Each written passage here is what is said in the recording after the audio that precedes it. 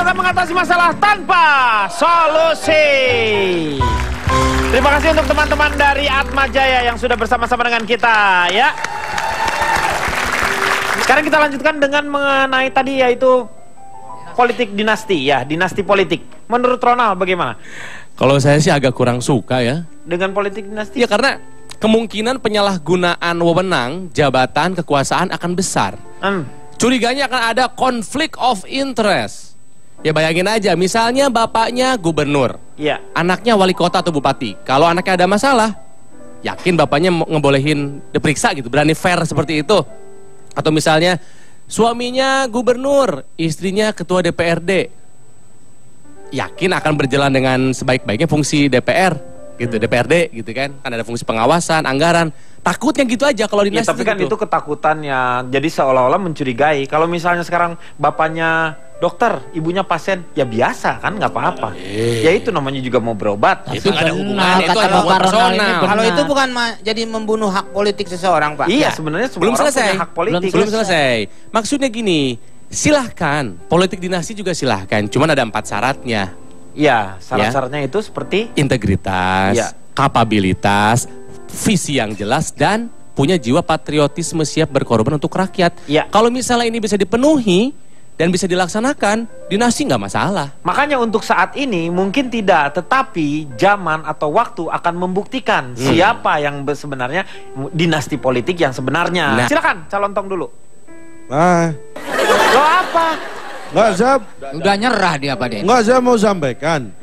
Sebenarnya ada yang disebut dinasti politik atau politik keluarga itu hanya sebutan orang karena ada memang keturunan dari keluarga tertentu yang berkecimpung di dunia politik. Betul. Dan Ya, itu tidak semua. nggak masalah, itu sah-sah saja. Yang penting adalah sistem yang baik, Ya. di mana siapapun yang masuk itu memang orang berkompeten.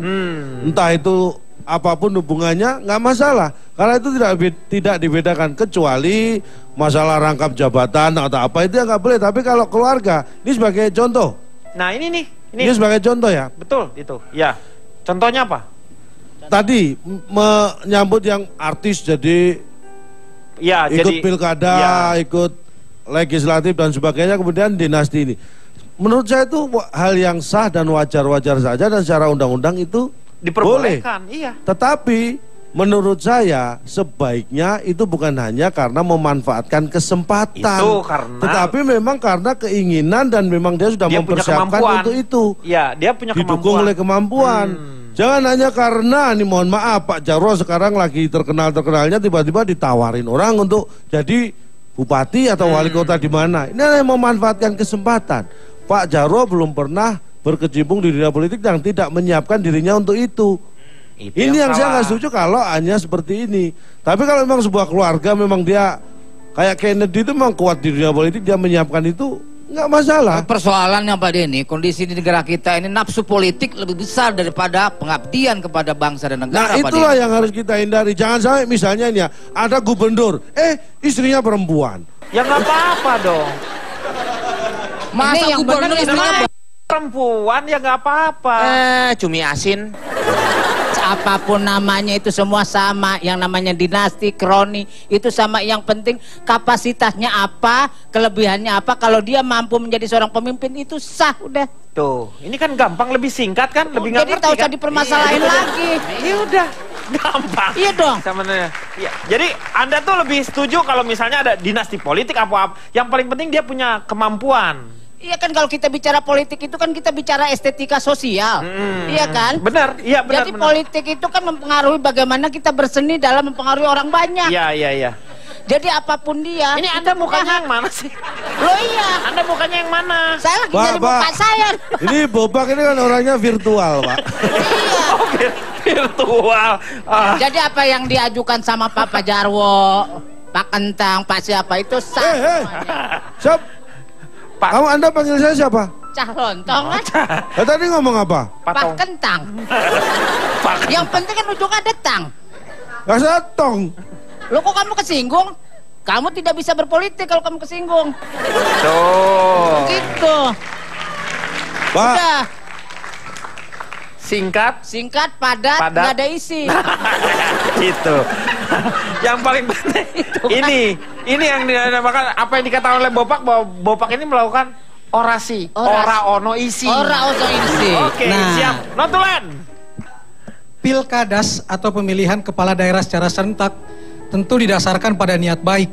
Di antaranya disebutkan oleh Cak Lontong, demi efisiensi dan efektivitas. Karena pilkada sungguh tak murah biayanya. Tetapi nilai manfaatnya dan hasilnya harus tetap tinggi dan tak boleh dikorbankan.